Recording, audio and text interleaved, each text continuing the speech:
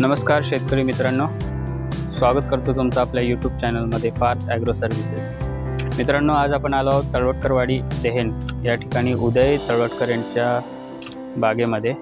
ही त्यांची सुपारीची बाग आहे। सुपारी, काही नारळ आहेत आणि त्यांना आपण आपल्या सेंद्रिय शेती वृक्ष आयुर्वेदा याच्या माध्यमातून आपण डेव्हलप करण्यासाठी घेतलेली आहे आणि आज आपण त्यांना बेसल डोस देणार आहोत। तर हा बेसल डोस देण्यासाठी माझ्यासोबत आहेत रुपेश वनगुले सर।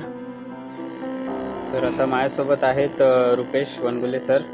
त्यांनी स्वतः ही झाडं लावण्यासाठी ते होते इथे। तर किती वर्ष झाली झाडं लावून? 9 वर्ष झाली। हे साधारण 4 ते 5 वर्षामध्ये हे आली पाहिजे होती। बरोबर। सुपारीची वाढ चांगली झाली परंतु पीक येत नाही। बरोबर। तर हा एक प्रॉब्लेम आहे सुपारीचा। म्हणजे बघू शकता की अशा प्रकारे शेपट धरतो पण पकडत नाही सुपारी। आणि एक सुपारी फक्त थोडीशी पकडली।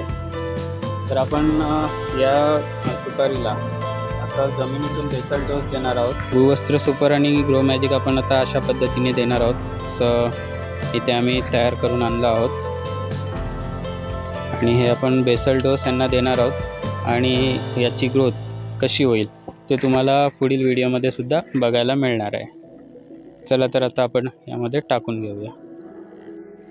आपल्याला हे मिश्रण झाडांच्या बुंदामध्ये द्यायचं आहे, मातीमध्ये द्यायचं आहे। मातीमध्ये देण्यामागचं कारण म्हणजे हे जे भूवस्त्र आणि ग्रो मॅजिक हे आपण बेसल डोस जमिनीसाठी देतो, कारण जमिनीचा पोत सुधारला तरच झाडं व्यवस्थित होणार आहेत। झाडांना जे काही मूलद्रव्य मिळणार आहेत ते व्यवस्थित मिळणार आहेत। मित्रांनो, जमिनीमध्ये मार्केटमध्ये झाडांसाठी, झाडाच्या वाढीसाठी, उत्पादनासाठी बरेचसे रासायनिक जे काही प्रोडक्ट आहेत ते मिळतात, परंतु झाड ज्याच्यावर उभं आहे त्या गोष्टीसाठी आजपर्यंत मार्केटमध्ये काही नाही।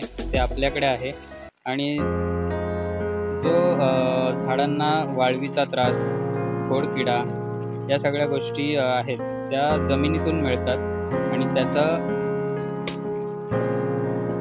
प्रतिबंध करण्याचं काम आपलं भूवस्त्र सुपर आणि भूवस्त्र सुपर करतं आणि ग्रो मॅजिक हे झाडाची वाढ होण्यासाठी मदत करतं। तर असं आपलं हे प्रोडक्ट आहे, आपण हे आता देणार आहोत।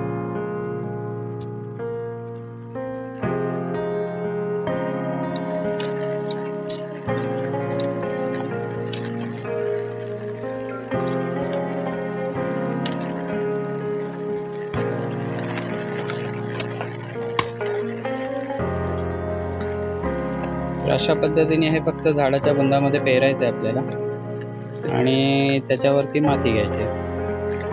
याला फक्त पाणी लागलं पाहिजे। पाणी लागलं की हे ॲक्टिव्ह होतं आणि जे झाडांची सफेद मुळं आहेत ज्यातून झाड अन्नद्रव्य शोषून घेत असतं त्यांना मिळण्याचं काम, त्यांना ते चिपकून राहतं आणि मग त्यांचं प्रोटेक्शन करतं।